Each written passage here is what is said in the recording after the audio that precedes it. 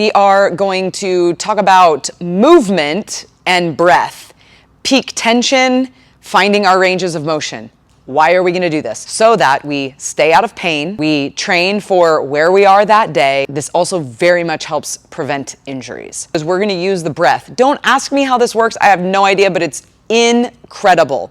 So what we're going to do is we can be flexible. Like I can put my foot above my head. I can't, but that is, I have the ability to like take my arm through this really big range of motion, but can I keep tension through a range of motion? That's the difference between flexibility and mobility. Mobility is my ability to keep tension through a range of motion.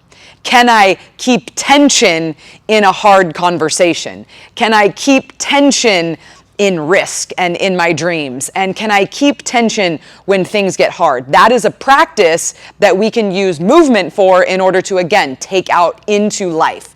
And so what we're going to do is we're going to use the inhalation of the nose, okay?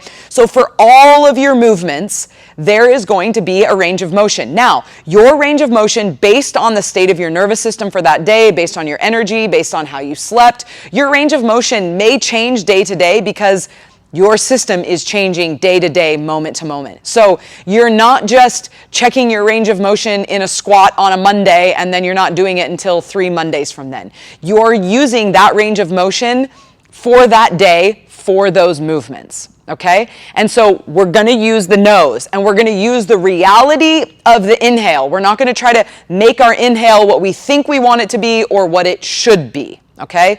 So I'm going to use my inhale to help me find a range of motion in my movement. So, for example, I'm going to set myself up into a squat stance, okay? So, don't you love my pink in my shirt and my pink in my shoes? I did it just for you. So what I'm going to do is I am going to descend into my movement and I'm going to inhale through my nose. And when my breath stops, I'm going to stop. That is going to be my peak tension for today, okay? So I'm going to inhale. That is my peak tension in my squat, okay? And then I'm going to exhale as I stand. Now I can do that through my nose. I can do that through my mouth. So I'm going to inhale.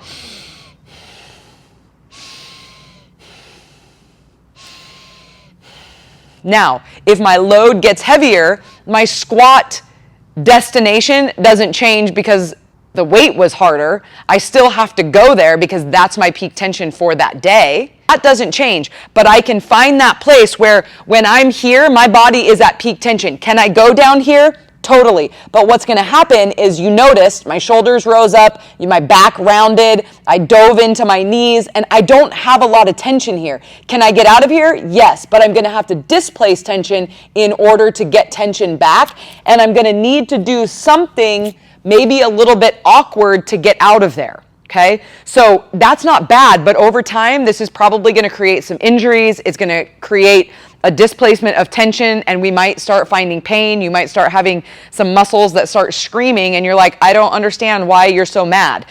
Because these big primary muscles just aren't really moving the way that they're supposed to, okay? So another way that we can do this is that we are going to press over our heads. We're going to use just like a single object. You can use a ball, you can use a dumbbell, whatever you want to do. Find my range of motion where I stay connected through the middle. And so what I'm going to do is I'm going to inhale. My inhale stops here. This is where I'm going to stay connected to my pecs, to the inside of my bicep, to my middle. Can I go farther overhead? Yes. But what you'll notice is I then displaced tension. I had to move my neck forward. I felt this up in my traps. I felt it in my low back. And you guys can watch. You can see this in how my body is going to change in order to make this happen. But now I can stay here. And I'm going to find this really big connection to my muscles, okay? So we can do this. We can move cyclically, acyclically.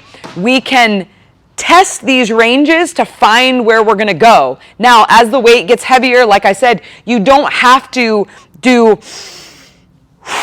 every time, but you can, but you don't need to. You just need to know where you can go and feel connected. And this might take you some time if you are used to going to a certain position instead of being able to find tension.